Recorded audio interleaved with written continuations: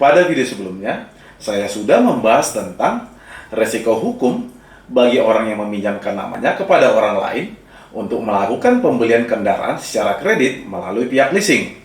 Jadi, kalau suatu saat si pembeli yang meminjam nama tersebut tidak sanggup membayarnya, atau katakanlah tidak melakukan kewajibannya untuk membayar cicilan pembelian kendaraan, bahkan melakukan penjualan atau over kredit atas kendaraan yang dibelinya melalui pihak leasing tanpa persetujuan atau sepengetahuan dari pihak leasing, maka orang yang meminjamkan namanya kepada si pembeli sebenarnya wajib bertanggung jawab secara hukum kepada pihak leasing. Artinya, orang yang meminjamkan namanya kepada si pembeli tersebut mempunyai kewajiban untuk membayar cicilan kendaraan kepada pihak leasing.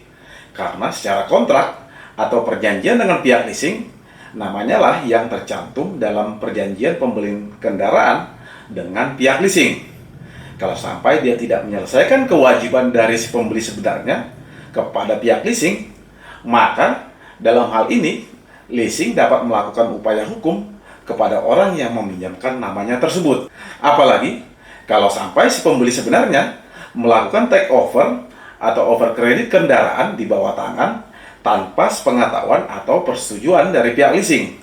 Orang yang meminjamkan namanya atau orang yang tercantum namanya di dalam kontrak dengan pihak leasing bisa dilaporkan kepada pihak kepolisian karena mengalihkan kendaraan sebagai objek jaminan fidusia misalnya. Leasing tidak mau tahu kalau ternyata orang yang berhubungan dengan pihak leasing tersebut hanya melakukan pinjam nama kepada orang tersebut. Pertanyaannya, bagaimana dengan si peminjam nama? Apakah orang yang meminjamkan namanya untuk dipakai dalam kontrak dengan pihak leasing dapat melakukan upaya hukum terhadap si peminjam nama?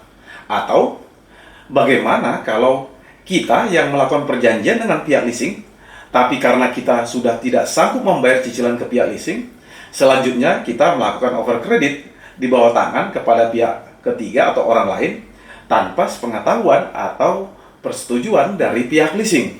Over credit di bawah tangan yang saya maksud di sini adalah over credit yang dilakukan tanpa persetujuan atau sepengetahuan dari pihak leasing.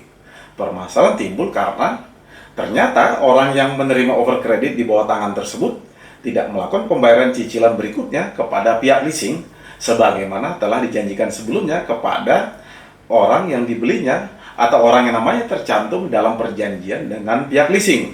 Perlu saya sampaikan di sini, sama halnya dengan orang yang meminjamkan namanya kepada orang lain untuk dipakai dalam perjanjian pembelian kendaraan melalui pihak leasing, maka untuk pihak yang melakukan over credit di bawah tangan tanpa persetujuan dari pihak leasing kepada pihak ketiga atau pihak lain juga tetap mempunyai kewajiban untuk membayar cicilan kepada pihak leasing.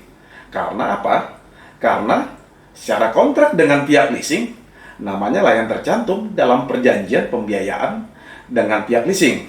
Jadi, jika pihak ketiga atau orang lain tersebut tidak melanjutkan pembayaran cicilan kepada pihak leasing, maka orang yang namanya tercantum dalam kontrak tetap bertanggung jawab secara hukum untuk melakukan pembayaran cicilan kepada pihak leasing. Jika tidak ingin, terhadap orang tersebut dilaporkan kepada pihak kepolisian oleh pihak leasing karena mengalihkan kendaraan di bawah tangan tanpa persetujuan atau sepengetahuan dari pihak leasing. Pertanyaan berikutnya, sebagai pihak yang dirugikan, upaya apa yang bisa kita lakukan? Kita sebagai orang yang meminjamkan namanya kepada pembeli sebenarnya dalam perjanjian dengan pihak leasing, atau sebagai orang yang dirugikan karena setelah melakukan over credit di bawah tangan tanpa persetujuan dari pihak leasing, tetapi pihak penerima over credit tersebut tidak membayar cicilan kendaraan kepada pihak leasing, dapat menempuh upaya hukum, baik upaya hukum secara perdata maupun upaya hukum secara pidana. Secara perdata, kita bisa mengajukan gugatan perbuatan ingkar janji atau wan prestasi kepada si pembeli sebenarnya atau kepada penerima over credit. Sedangkan secara pidana, kita bisa melaporkan pembeli sebenarnya atau penerima over credit di bawah tangan atas dugaan tindak pidana penipuan dan atau penggelapan.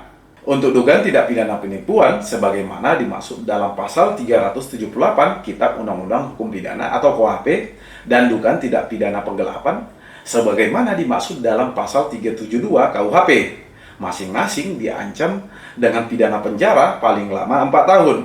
Jadi, Buat teman-teman yang mau meminjamkan namanya kepada orang lain untuk melakukan pembelian kendaraan secara leasing, atau buat teman-teman yang bermaksud melakukan overcredit di bawah tangan tanpa persetujuan atau sepengetahuan dari pihak leasing, sebaiknya berpikir ulang atau setidak-tidaknya lebih berhati-hati agar tidak terkena permasalahan hukum di kemudian hari. Demikian dari saya. Semoga hal-hal yang saya sampaikan ini dapat bermanfaat buat teman-teman sekalian. Salam dari saya.